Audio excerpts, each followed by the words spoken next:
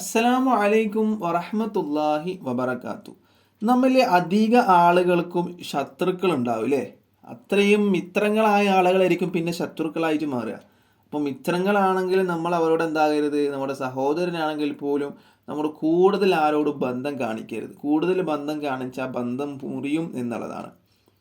അപ്പോൾ ശത്രുക്കളെ നേരിടാനുള്ള പ്രതിരോധ ശേഷി, ശത്രുക്കളെ നേരിടാനുള്ള പ്രതിരോധ ശേഷി, രോഗശമനം, പ്രതിരോധ ശേഷിയൊക്കെയാണ്. രോഗശമനം, ആ രോഗത്തിനുള്ള പ്രതിരോധിക്കാനുള്ള ശേഷിയൊക്കെയാണ് ഒരു സ്വപ്നത്തിൻ്റെ വ്യാഖ്യാനമായിട്ട് പറയുന്നതാണ്. സ്വപ്നമല്ല, ഒരു സ്വപ്നത്തിൻ്റെ വ്യാഖ്യാനം.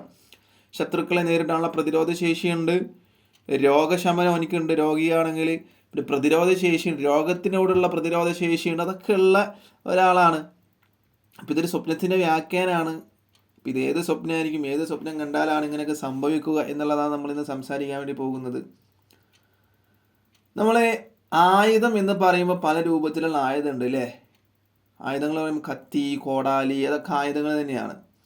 അപ്പോൾ ഒരാൾ ആയുധങ്ങൾ സ്വപ്നം കണ്ടു കഴിഞ്ഞാൽ അതിൻ്റെ വ്യാഖ്യാനം, നമ്മൾ മാനസികമായിട്ടൊരു സ്വപ്നം അങ്ങനെ കണ്ടാൽ കത്തിയെടുത്ത് കുത്തുന്നതോ അല്ലെങ്കിൽ കത്തിയോ വാളോ എന്നൊക്കെ കണ്ടാൽ നമ്മൾ വിചാരിക്കും മാനസികമായിട്ട് പ്രയാസം, ബുദ്ധിമുട്ടൊക്കെ ഉണ്ടാവും സാധാരണഗതിയിൽ അല്ലേ? നമ്മൾ മനസ്സിലാക്കുക എന്താണ്, നമുക്ക് എന്തെങ്കിലും ബുദ്ധിമുട്ട് വരാനുണ്ട് എന്നുള്ളതുമാണ്. അപ്പോൾ അങ്ങനെ ഒരാൾ സ്വപ്നം കണ്ടു.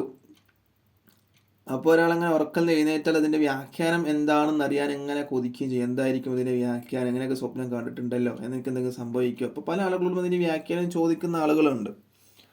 അപ്പോൾ അതിൻ്റെ വ്യാഖ്യാനം പറഞ്ഞിട്ടില്ലെങ്കിൽ നമുക്ക് തന്നെ മാനസികമായിട്ട് വല്ലാത്ത പ്രയാസം, വിഷമം, ബുദ്ധിമുട്ടൊക്കെ ഉണ്ടാകും.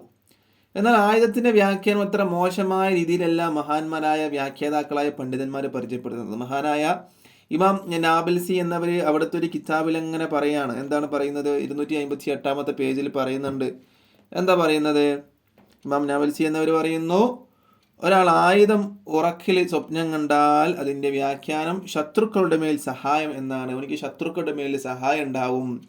പിന്നെയോ ശത്രുക്കളുണ്ട് എന്നാൽ സഹായിക്കാൻ ആളുകളുമുണ്ട്. അല്ലെങ്കിൽ ശത്രുക്കളെ നേരിടാനുള്ള പ്രതിരോധ ശേഷി അവനുണ്ടാകും. ശത്രുക്കളെ നേരിടാനുള്ള പ്രതിരോധ ശേഷി ഉണ്ടാകും. പിന്നെ രോഗശമനവും ആ രോഗത്തിൽ നിന്നുള്ള പ്രതിരോധ ശേഷി എന്തുണ്ടാകും, അവനുണ്ടാകും എന്നുള്ളതാണ് ആയുധം സ്വപ്നം കണ്ടാൽ അതിൻ്റെ വ്യാഖ്യാനമായിട്ട് മഹാനായ ഇമാം നാബൽസി എന്നവർ പറഞ്ഞ് മനസ്സിലാക്കി തരുന്നത്. ഇൻഷാ അല്ലാഹ് അടുത്ത വീഡിയോ ആയിട്ട് വീണ്ടും കാണാം. അല്ലാഹു തആല തൗഫീഖ് നൽകട്ടെ.